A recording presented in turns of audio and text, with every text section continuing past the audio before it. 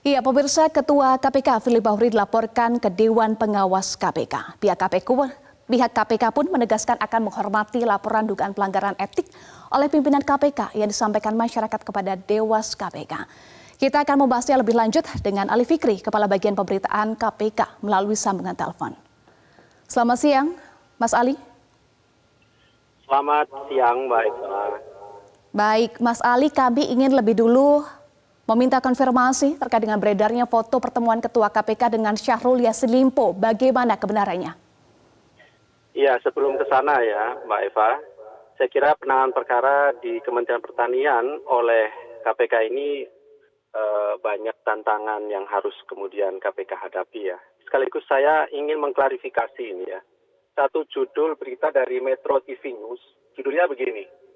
Kuasa hukum SYL duga KPK ingin hilangkan barang bukti. Tadi malam saya baca itu dengan narasumber kuasa hukum dari SYL. Kami ingin klarifikasi karena ini sangat merugikan lembaga KPK bahwa sama sekali informasi tersebut tidak benar. Tidak ada penghilanggan barang bukti, yang ada justru diduga KPK kehilangan barang bukti ketika melakukan penggeledahan di Kementerian Pertanian. Itu yang benar faktanya. Jadi tidak benar kemudian KPK mencoba menghilangkan barang bukti gitu. Ini sekaligus klarifikasi ya dan juga jawaban dari kami apa yang ditulis oleh Metro TV News tadi malam. Terkait dengan pertanyaan tadi dari Mbak Eva, tentu kami mengikuti dan memonitoring seluruh pemberitaan yang ada saat ini begitu ya, termasuk beredarnya beberapa catatan-catatan. Kemarin sudah juga disampaikan jawaban itu oleh pimpinan KPK, oleh Ketua KPK, dan saya kira publik juga sudah mendengar itu semua, begitu ya. Kemudian dilanjutkan di Jumat siang, kemudian beredar juga foto di sana digambarkan Ketua KPK bertemu dengan SYL, begitu kan. Nah, ya, saya kira ini semua kan perlu kemudian dibuktikan lebih lanjut ya, mengenai kapan pertemuan tersebut, termasuk juga apa kemudian maksud dari pertemuan itu gitu. Oleh karena itu tentu karena kemarin juga kami menerima laporan masyarakat terkait dengan dugaan hal tersebut ke Dewan Pengawas KPK, maka tentu sepenuhnya kami tidak akan berbicara substansi dari dugaan pertemuan tersebut, begitu ya. Sekalipun kami juga membaca di pemberitaan, misalnya dari keterangan penjaga di gedung olahraga, bahwa itu terjadi jauh-jauh tahun, bahkan ketika COVID melanda, gitu. Artinya sejak tahun 2020-2021. Kan nanti juga perlu didalami di sana, apakah saat itu sudah ada perkara, gitu kan, yang sedang ditangani oleh KPK. Kami hanya ingin menegaskan, KPK melakukan proses penyelidikan ya, terhadap dugaan korupsi di Kementerian Pertanian sejak Januari 2023.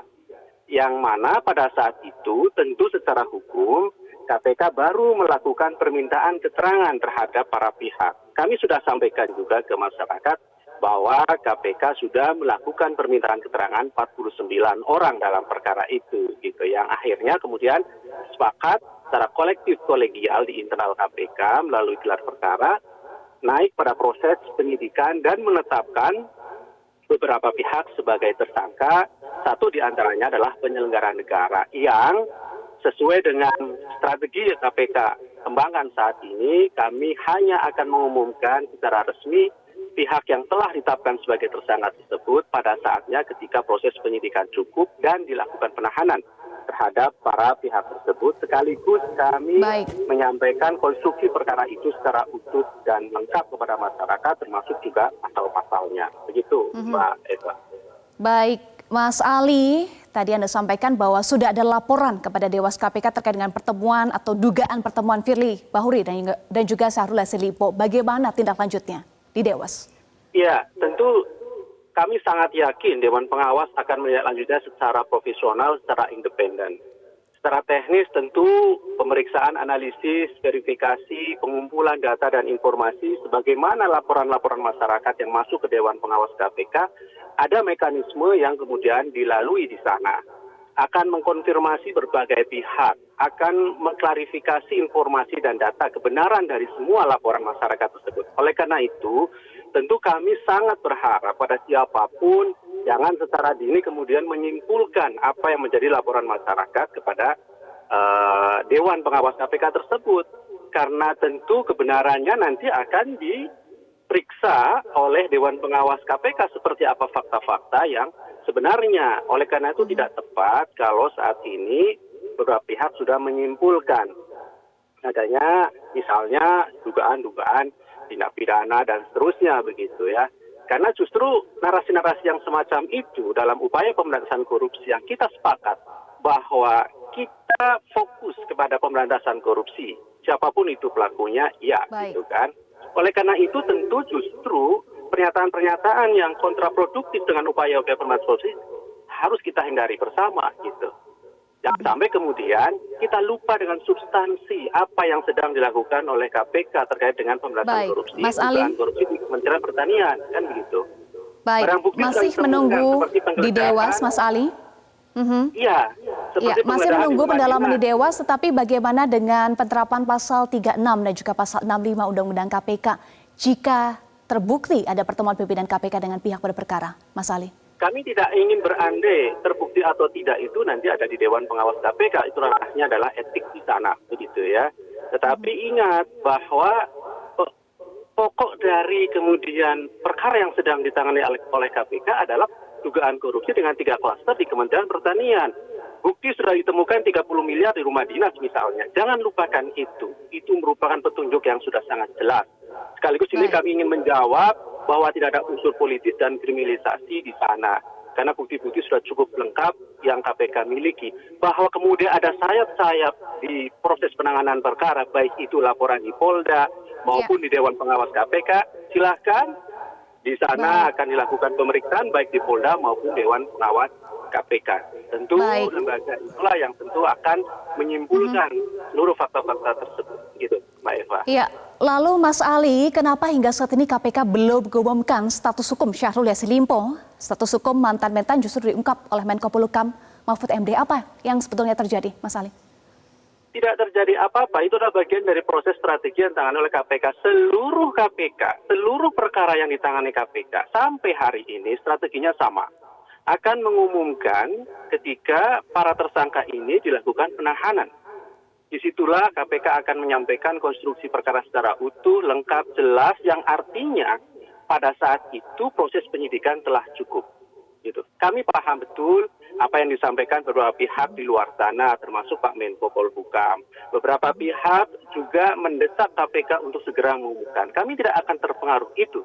Karena tentu kami memiliki strategi tersendiri bagaimana kemudian menyelesaikan perkara ini. Yang kami patuhi adalah seluruh aturan-aturan main di dalam penyelesaian ataupun penegakan hukum tindak pidana korupsi. Apakah menurut KPK? Ya? Mas Ali, apakah menurut KPK tepat Menko Polhukam mendahului KPK? Kami tidak dalam kapasitas untuk memberikan tanggapan hal itu karena tentu kita tahu ada kebebasan berpikir, berpendapat kepada siapapun untuk menyampaikan di ruang-ruang publik, kan begitu. Tetapi kami juga tentu tidak terpengaruh dengan pernyataan-pernyataan, opini, narasi di luar sana, gitu. Karena kami hanya patuh pada aturan hukum di dalam proses penyelesaian perkara tindak pidana korupsi seperti apa. Itulah yang menjadi pegangan kami. Saat ini kami memiliki strategi tidak akan mengumumkan para tersangka adalah bagian dari kepatuhan kami pada proses penegakan hukum. Itu Mbak Eva. Baik, jadi kapan status hukum Syahrul Yassin Limpo akan diumumkan secara resmi oleh KPK? Ketika proses penyidikan cukup, dan ini nanti akan menyatakan adalah teman-teman penyidik. Saat ini kami terus mengumpulkan alat bukti. Penggeledahan terus kami lakukan terakhir kemarin di Makassar. Saksi-saksi terus kami panggil dan kemudian kami dalami konfirmasi dari hasil seluruh proses penggeledahan yang telah kami dapatkan. Sehingga menjadi utuh dan lengkap seluruh unsur-unsur pasal, baik itu pemerasan dalam jabatan, gratifikasi, maupun tindak pidana pencucian uang cukup. Disitulah kami akan mengumumkan kepada masyarakat seluruh konstruksi perkara secara terbuka. Baik, Perlu terima kami kasih. sampaikan, Mbak Eva, tidak ada maksud lain, tidak ada hal lain selain proses penegakan hukum yang patuh pada proses ketentuan yang berlaku. Itu yang menjadi pegangan kami. Jadi itu Baik. yang semata-mata kemudian kami lakukan sampai hari ini. Begitu Mbak Eva. Baik, termasuk kita juga masih menunggu ya laporan ke Dewas terhadap pimpinan KPK. Terima kasih Kabak Pemberitaan KPK Ali Fikri sudah bergabung bersama kami di Metro Siang. Jelajahi cara baru mendapatkan informasi. Download Metro TV Extend sekarang.